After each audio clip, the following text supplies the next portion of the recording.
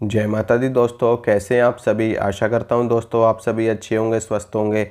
आज मैं आपको ये बताऊंगा कि अगर आप प्रतिदिन नंगे पैर चल कर के मंदिर तक जाते हैं और वहां पर जाकर के आप पूजा करते हैं, पाठ करते हैं, भगवान से प्रार्थना करते हैं, तो इसका आपके जीवन पर क्या प्रभाव पड़ता है, इससे आपको क्या शक्तियाँ प्राप्त होती हैं और क्या लाभ आपको मिलता है, क्या फ़ायदा आपको मिलता है, इसके विषय में मैं आज आपको जानकारी दूंगा। जानकारी देने से पहले आपको ये बता दूं, अगर आप पहली बार इस चैनल पे आए हैं, पहली बार वीडियो देख रहे हैं, तो चैनल को ज़रूर सब्सक्राइब करना और बेल आइकन भी ज़रूर दबाना। वीडियो को लाइक करना, वीडियो को शेयर करना। अब मैं आपको बताता हूँ कि इससे क्या लाभ आपको मिलता है। देखिए दोस्तों, देवी देवताओं की पूजा करने के कई तरीके हैं, पाठ करने के कई तरीके हैं। हम कई बार उनकी सामान्य रूप से पूजा करते हैं, जैसे कि सिंपल तरीके से हम सुबह उठे, हमने स्नान किया, फिर पूजा घर में गए, वहाँ पर हमने धूप बत्ती जलाई, दीपक जलाया, भगवान को प्रसाद चढ़ाया, भोग लगाया। ये एक सामान्य तरीका है, सिंपल तरीका है पूजा करने का। तो ये किस में आता है, ये भी सेवा में आता है कि हम भगवान की प्रतिदिन सेवा करते हैं, उनकी भक्ति करते हैं। दूसरा तरीका ये है कि कई लोग साथ में मंत्र का जाप भी करते हैं। ये सब भी किया और साथ में मंत्र जाप भी किया, तो ये भी उनकी एक सेवा होती है कि हम उनके मंत्र का जप कर रहे हैं, उनका नाम जप कर रहे हैं, यानी कि बार बार उनको पुकार रहे हैं, उनको बुला रहे हैं। ठीक है। तीसरा तरीका होता है कि हम हवन के ज़रिए उनको आहुति प्रदान कर रहे हैं, उनको हविष्य दे रहे हैं, उनको भोग दे रहे हैं, उनको भोजन दे रहे हैं। तो ये भी एक तरीका होता है भगवान की सेवा करने का, उनको प्रसन्न करने का। अब इसमें क्या होता है कि कई लोग व्रत भी रखते हैं, उपवास करते हैं, तो ये भी एक तरीका है भगवान को प्रसन्न करने का, उनको पूजने का। अब इसी में कई लोग तरह तरह की चीज़ें करते हैं, जैसे कि कई लोग भजन गा रहे हैं, कीर्तन कर रहे हैं भगवान का, उनका नाम संकीर्तन कर रहे हैं, नाम जप कर रहे हैं। तो कई लोग व्रत रख के उनको प्रसन्न कर रहे हैं, तो कई लोग उनके नाम की अखंड ज्योत जला करके उनको प्रसन्न कर रहे हैं, तो कई लोग नंगे पैर यात्रा करके उनको प्रसन्न कर रहे हैं, नंगे पैर मंदिर जा रहे हैं और धामों की यात्राएं कर रहे हैं। तो ये सब चीज़ें क्या है ना दोस्तों, ये सब चीज़ें आती हैं भगवान की सेवा में। तो हर चीज़ सेवा में आती है भगवान की।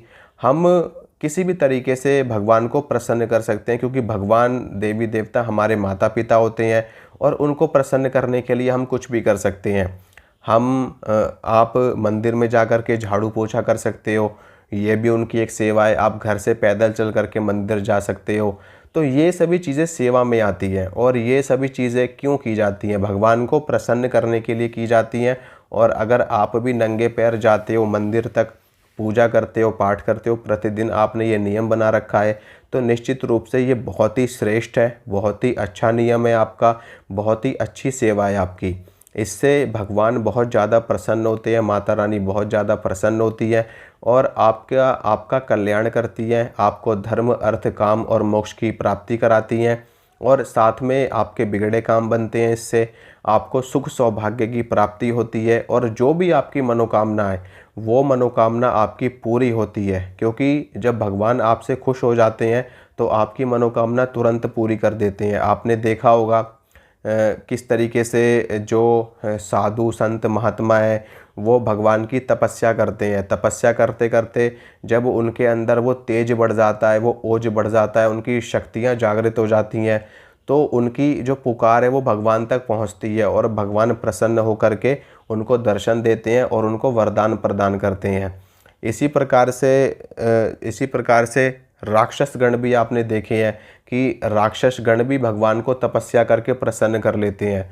तो आप खुद सोचिए कि जब आप उन भगवान के लिए पैदल चल करके नंगे पैर आप जा रहे हो और कष्ट झेल के आप जा रहे हो, आपके पैरों में कांटे चुभ रहे हैं, कंकड़ चुभ रहे हैं, पत्थर चुभ रहे हैं, आप कभी नंगे पैर नहीं चलते हो, लेकिन भगवान के लिए आप नंगे पैर जा रहे हो, तो ये बहुत बड़ी सेवा है। भगवान इससे बहुत ज़्यादा प्रसन्न होते हैं, माता रानी से बहुत ज़्यादा प्रसन्न होती हैं। वो ये देखती हैं कि हमारा बच्चा, हमारी संतान कितने कष्ट में है, हमको प्रसन्न करने के लिए ये कितना कष्ट झेल रहा है, ये भूखा पड़ा है, ये प्यासा पड़ा है, ये नंगे पैर हमारे धाम आ रहा है।